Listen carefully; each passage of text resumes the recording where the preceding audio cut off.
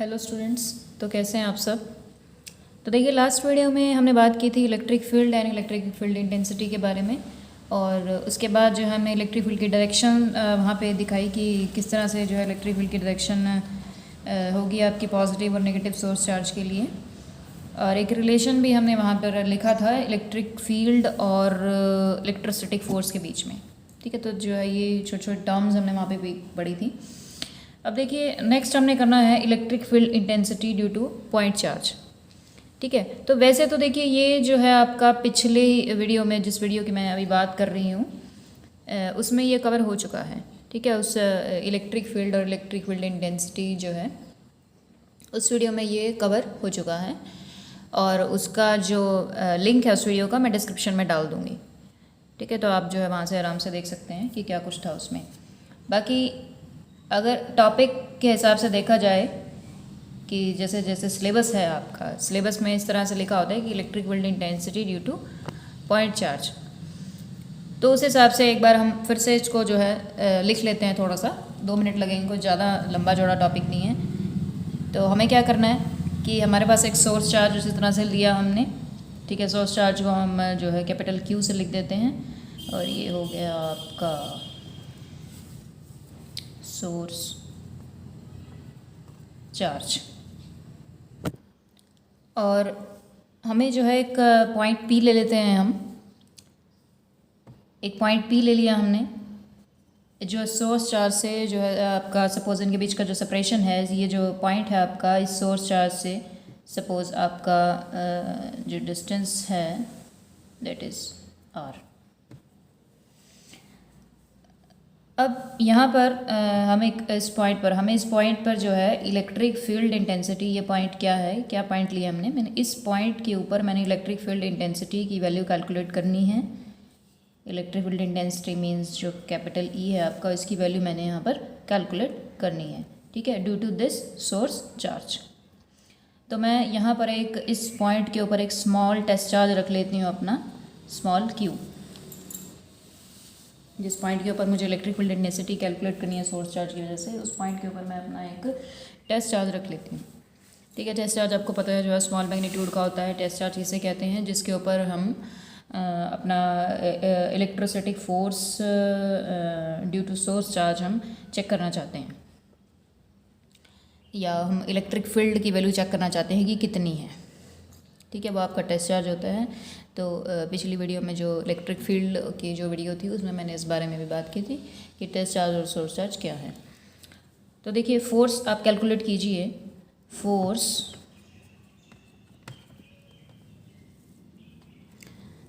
On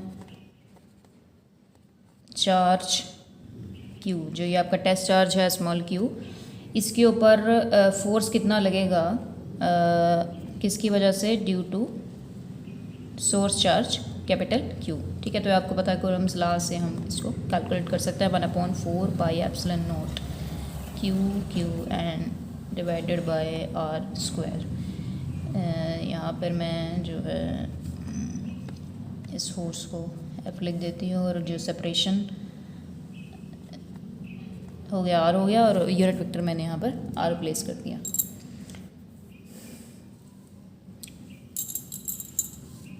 और simplicity के लिए मैंने इन दोनों चार्जेस को फ़िलहाल पॉजिटिव ही माना है।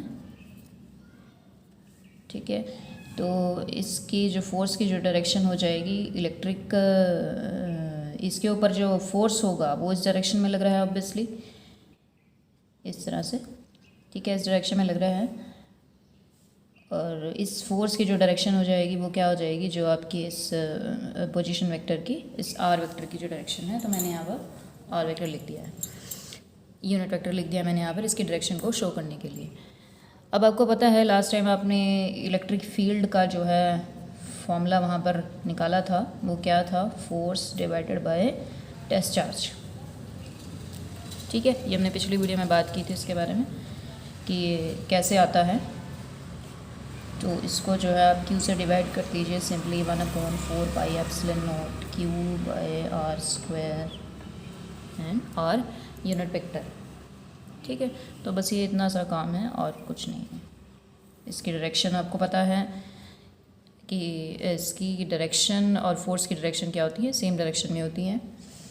ठीक है, ये सब कुछ हम जो है पिछली वीडियो में बात कर चुके हैं, तो इसलिए अगर आपको इसको समझना है तो आपको पिछली वीडियो ज़रूर देखनी पड़ेगी। मैं उसका जो लिंक है वो मैं ज़रूर डाल दूँगी डिस्क्रिप्शन में। उसके बाद देखिए एक छोटा सा इसके साथ एक छोटी सी कैलकुलेशन और करते हैं हम। अभी देखिए मैंने जो सोर्स चार्ज था उसको मैंने क्या माना था कि ये ओरिजिन पे आपका रखा हुआ है। ठीक है, इसको मैंने ओरिजिन माना हुआ था और यहीं से जो है यहाँ इसका पॉइंट पी का, ठीक है, टेस्ट चार्ज का आपका हम जो डिस्टेंस था यहीं से मेज़र कर रहे थे। ठीक है, लेकिन अगर ये सोर्स चार्ज जो है आपका ओरिजिन पे ना रखा हो तो तब किस तरह से इस एक्सप्रेशन की वैल्यू जो है थोड़ी सी चेंज हो जाएगी। तब देखिए किस तरह से करेंगे हम। तो यहाँ टॉपिक क्या है, electric field intensity due two point charge when source charge is away from origin. Origin से दूर हमने इसको रखा है। तो यहाँ पे ये मैंने अपना ओरिजिन ले लिया और अपना जो सोर्स चार्ज है मैंने इस ओरिजिन से दूर रख दिया कहीं पर। ठीक है, ये यहाँ पर मैंने अपना कैपिटल क्यू रखा है सोर्स चार्ज, और इस पॉइंट ये एक पॉइंट और ले लेते हैं जिसके ऊपर मुझे अपनी इलेक्ट्रिक फील्ड इंटेंसिटी की वैल्यू निकालनी है। जैसे अभी किया था उसी तरह से, और इस पॉइंट के ऊपर मैं अपना टेस्ट चार्ज रख दूँगी। ठीक है, बिल्कुल सेम जैसे अभी पहले किया है। अब हम क्या करेंगे, इनकी जो है पोजीशन वेक्टर्स को कंसीडर करेंगे। Let the position vector of source charge is r1 and position vector of test charge is suppose r2। ठीक है, और दोबारा से आपको वही बात बोलूँगी कि मैंने जो है इन दोनों को पॉजिटिव ही कंसीडर किया है, एक्स वाई जेड एक्सिस। अब उसी तरह से आप कूलम्स लॉ लगाइए और इस टेस्ट चार्ज के ऊपर फोर्स की वैल्यू को लिखिए। तो F is equal to 1/F आपको force on small test charge plus q due to source charge plus capital Q. तो क्या हो जाएगा, क्यू क्यू। ठीक है, अब इनके बीच का हमने क्या लिखना है, स्क्वायर ऑफ सेपरेशन लिखना है यहाँ पे अपॉन में। तो इसके लिए हम क्या करते हैं, ये अपना आप ये डिस्प्लेसमेंट वेक्टर ड्रॉ कर लीजिए और इसको मैं जो है r12 का नाम दे देती हूँ। ठीक है, vector drawn from this vector drawn from plus capital Q to small q is r12। ठीक है, और इस r12 को जो है आप ट्रायंगल लॉ वेक्टर से किस तरह से लिख सकते हैं, ये हमने पीछे भी किया है। तो r12 जो हो जाएगा आपका that will be r2 minus r1 हो जाएगा। तो बेशक आप यहाँ पर r12 स्क्वायर लिख लीजिए या जो है r2 माइनस r1 का इसका जो मैग्नीट्यूड होगा, ये वेक्टर्स हैं आपके, इनका मैग्नीट्यूड। ठीक है, और फिर उसका आपका स्क्वायर हो जाएगा। आपको पता है यहाँ पे नीचे क्या होता है, मैग्नीट्यूड का स्क्वायर होता है। और अब इस फोर्स की डायरेक्शन क्या होगी, यही डायरेक्शन होगी r12। ठीक है, जो डायरेक्शन r12 की है वही डायरेक्शन आपकी इस इलेक्ट्रोस्टैटिक फोर्स की होगी। तो हम जो है यूनिट वेक्टर ऐसे लिख लेते हैं कि r12 यूनिट वेक्टर।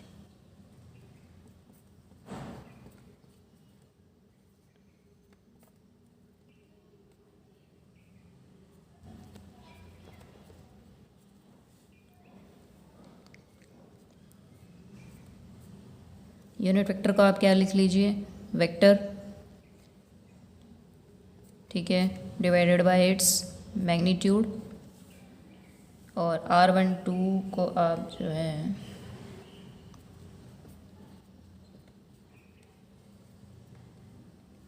इस r12 वेक्टर को आप लिख सकते हैं, इस तरह से लिख सकते हैं r2 माइनस r1। ठीक है, ये है जो,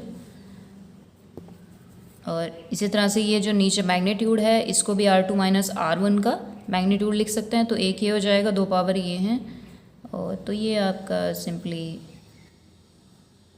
R2 minus R1 magnitude and then cube हो जाएगा।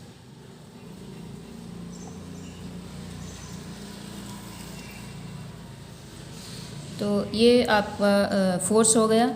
अब उसी तरह से आपने क्या करना है, आपने इलेक्ट्रिक फील्ड कैलकुलेट करना है। ठीक है, इलेक्ट्रिक फील्ड के लिए हम क्या करते हैं, इलेक्ट्रिक फील्ड के लिए हम क्या करेंगे, force divided by this small test charge. ठीक है, तो ये जस्ट डिवाइड हो जाएगा यहाँ पर, और देखिए किस तरह से electric field is equal to F by test charge. ठीक है, तो ये आपका जस्ट इतना रह जाएगा।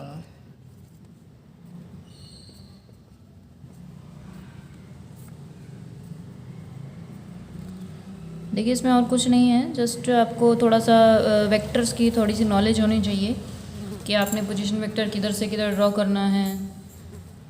ठीक है, और इस तरह से आपने जो है इनके पोजीशन वेक्टर्स ड्रॉ किए, थोड़ा सा पता होना चाहिए। बाकी इसमें देखिए जो अभी हमने पीछे किया था कि जब हमने सोर्स चार्ज को रीजन पे रखा था, तो ये सेम ही है, कोई ज़्यादा डिफरेंस नहीं है। थोड़ा सा जो है यहाँ पर R2 माइनस R1 आ गया, और कुछ नहीं है।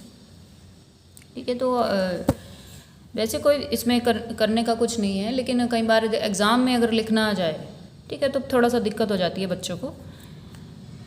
बाकी नॉलेज पॉइंट ऑफ व्यू से इसमें कोई कुछ एक्स्ट्रा नहीं है। एक और छोटा सा पॉइंट मैं आपको बताना चाहूँगी, electric field due two point charge हमने अभी भी किया है, तो इसको हम क्या कह सकते हैं कि ये जो इलेक्ट्रिक फील्ड आया है due to a point charge, it is spherically symmetric. ठीक है, देखिए इलेक्ट्रिक फील्ड की वैल्यू क्या आई है due to a point charge. आपका जो पॉइंट चार्ज अभी आपने लिया था वो आपका कैपिटल Q था, और डिवाइड बाय आर स्क्वायर। ठीक है, इस पॉइंट के ऊपर आपने जो है डिस्टेंस कैलकुलेट किया था, जिस पॉइंट के ऊपर आपने डिस्टेंस कैलकुलेट किया था वो पॉइंट P आपके सोर्स चार्ज से R डिस्टेंस के ऊपर था। तो आप क्या देख सकते हैं कि जो इलेक्ट्रिक फील्ड है वो आपका जो है R के ऊपर डिपेंड कर रहा है। ठीक है, ये सिर्फ और सिर्फ किसके ऊपर डिपेंड कर रहा है, देखिए सोर्स चार्ज Q तो है ही है, वो तो हमने एक फिक्स कर दिया। अब जब डिस्टेंस की अगर हम बात करेंगे तो ये सिर्फ और सिर्फ मीन्स बाकी अगर फैक्टर्स को देखें, एक तो सोर्स चार्ज हो गया, बाकी फैक्टर्स को देखें तो सिर्फ क्या है इसमें R। ठीक है, R स्क्वायर है इसमें। तो इलेक्ट्रिक फील्ड अगर हमने किसी स्फेयर के सेंटर पर रख दिया, ठीक है, एक आपने बॉल ले ली, ठीक है, आपने उसके सेंटर पर रख दिया, किसको रख दिया, सोर्स चार्ज Q को। ठीक है, देखिए स्फेयर तो मैं यहाँ पे नहीं बना सकती, तो जिस तरह से हमने यहाँ पर ये आपका जो हो गया, एक इस तरह से मैंने स्फेयर ड्रॉ कर लिया। मैं स्फेयर यहाँ पे नहीं ड्रॉ कर सकती, लेकिन भी थोड़ा सा एक सर्कल मैंने चलिए बना लीजिए। एक स्फेयर लिया आपने, इसको आप स्फेयर मान के चलिएगा, और इसके सेंटर पर हमने अपना सोर्स चार्ज रख दिया। तो अगर आप स्फेयर की बाउंड्री पे देखें, ठीक है, और हाँ स्फेयर की अगर आप बाउंड्री पे देखें तो इलेक्ट्रिक फील्ड की वैल्यू कितनी आएगी वहाँ पे। सपोज इस स्फेयर की जो रेडियस है दैट इज़ कैपिटल R। ठीक है, आप इस स्फेयर की बाउंड्री पे देखना चाहते हैं, मान लीजिए इस पॉइंट के ऊपर देखना चाहते हैं इलेक्ट्रिक फील्ड की वैल्यू, तो वो कितनी होगी, E will be 1/4 pi epsilon not, और सोर्स चार्ज की वैल्यू Q है आपकी, और जिस पॉइंट के ऊपर हम कैलकुलेट करना चाहते हैं डिस्टेंस उसका कितना है सोर्स चार्ज से, capital R, so it will be capital R से। ठीक है, डायरेक्शन मैं अभी यहाँ मेंशन नहीं कर रही हूँ क्योंकि जो मैं समझाना चाह रही हूँ आप वो देख लीजिए, डायरेक्शन का भी कोई ऐसा दिक्कत नहीं है। बाकी आपने लिखना हो तो ये लीजिए, ये लिख लीजिए। तो मैग्नीट्यूड की हम फिलहाल बात करते हैं कि this is the magnitude of electric field at the boundary of sphere. ठीक है, अगर आप और किसी पॉइंट पर जाएंगे, मान लिया इस पॉइंट पर जाएँ स्फेयर के, इस पॉइंट के ऊपर जाएँ, इस पॉइंट के ऊपर जाएँ, तो ये सभी पॉइंट क्या हैं, इस सोर्स चार्ज से इक्वल डिस्टेंस पर हैं। कितने डिस्टेंस पे हैं, R डिस्टेंस पे, जो स्फेयर की रेडियस है, ठीक है, R वो। तो हर एक पॉइंट के ऊपर इलेक्ट्रिक फील्ड की वैल्यू क्या आएगी, यही आएगी। तो हम क्या कह सकते हैं कि electric field due to a point charge is spherically symmetric. ठीक है, हर एक पॉइंट के ऊपर इलेक्ट्रिक फील्ड की वैल्यू क्या है, स्फेयर के हर एक पॉइंट के ऊपर इलेक्ट्रिक फील्ड की वैल्यू सेम है। So we can say that electric field due to a point charge is spherically symmetric. ठीक है, देखिए कुछ मुश्किल नहीं था इसमें। अगर हम थोड़ा सोचो तो हमें पता लग जाता है, लेकिन कई बार जो है हमारे सामने कोई क्वेश्चन पूछ ले तो हमें उसको थोड़ा सा फिर उस टाइम सोचना मुश्किल हो जाता है चीज़ों को। तो हम थोड़ा सा यहाँ पर विजुलाइज़ कर रहे हैं अपने कॉन्सेप्ट्स को। देखिए नेक्स्ट एक और छोटा सा टॉपिक है हमारा, electric field intensity due to group of charges. ठीक है, अभी तक हमने जो है एक ही चार्ज की बात की थी और उसकी वजह से हमने एक पॉइंट के ऊपर इलेक्ट्रिक फील्ड की वैल्यू कैलकुलेट की। अगर अब आपके पास जो है ग्रुप ऑफ चार्जेस हैं तो एक पॉइंट के ऊपर टोटल इलेक्ट्रिक फील्ड कैसे आएगा। ठीक है, तो इससे रिलेटेड हमने टॉपिक पहले भी किया है, सुपरपोजिशन प्रिंसिपल वाला, फोर्स बिटवीन मल्टीपल चार्जेस को कैलकुलेट करने के लिए। ठीक है, फोर्स बिटवीन मल्टीपल चार्जेस को कैलकुलेट करने के लिए हमने सुपरपोजिशन प्रिंसिपल किया था और उस प्रिंसिपल का जो लिंक है वो मैं डिस्क्रिप्शन बॉक्स में डाल दूँगी, तो आप वहाँ से एक बार फिर से उसको जो है देख लीजिएगा अगर आपने अभी तक स्टडी नहीं किया है। तो देखिए यहाँ पर भी electric field intensity to group of charges को कैलकुलेट करने के लिए सुपरपोजिशन प्रिंसिपल ही अप्लाई होगा। ठीक है, तो इसलिए मैं कह रही हूँ कि आप उसको जो है एक बार पहले देख लीजिएगा, तभी इसको पढ़ने का फ़ायदा है। तो आपके पास देखिए ग्रुप ऑफ चार्जेस हैं, तो हम जो है n number of charges consider कर लेते हैं। ठीक है, और ये आपके जो है रखे हुए हैं, एक n चार्जेस आपका सिस्टम है और ये चार्जेस आपके रखे हुए हैं इस तरह से रखे हुए हैं। यहाँ पर आपने Q1 लिख लिया, ये Q2 हो गया, Q3 हो गया, Q4 और इसी तरह से। ठीक है, सारे जो आप बहुत सारे चार्जेस हैं, n चार्जेस हैं आपके पास। तो और ये मेरा पॉइंट है P, जिसके ऊपर मैं इलेक्ट्रिक फील्ड इंटेंसिटी की वैल्यू कैलकुलेट करना चाहती हूँ। ठीक है, तो इस पॉइंट के ऊपर इलेक्ट्रिक फील्ड इंटेंसिटी वैल्यू पता करने के लिए सबसे पहले तो इनके जो है ये आपके सेपरेशन ड्रॉ करने पड़ेंगे इस तरह से। ठीक है, तो ये आपका आ जाएगा, इसको मैं R2 लिख लेती हूँ, Q4 से जो है R4 लिख लेती हूँ, and this is Q3 R3 and ये Q1 है आपका, तो R1 हो जाएगा। इसी तरह से सबके जो है पोजीशन वेक्टर्स ड्रॉ हो जाएंगे, तो ये जो हो जाएगा। अब देखिए electric field intensity at point P due to charge Q1।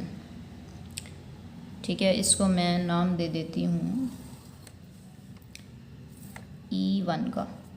E1 क्या है, इलेक्ट्रिक फील्ड इंटेंसिटी, यहाँ लिख लेते हैं, एक एक के लिए लिख लेते हैं, फिर बाकियों के लिए मैं नहीं लिखूँगी। Electric field intensity at P due to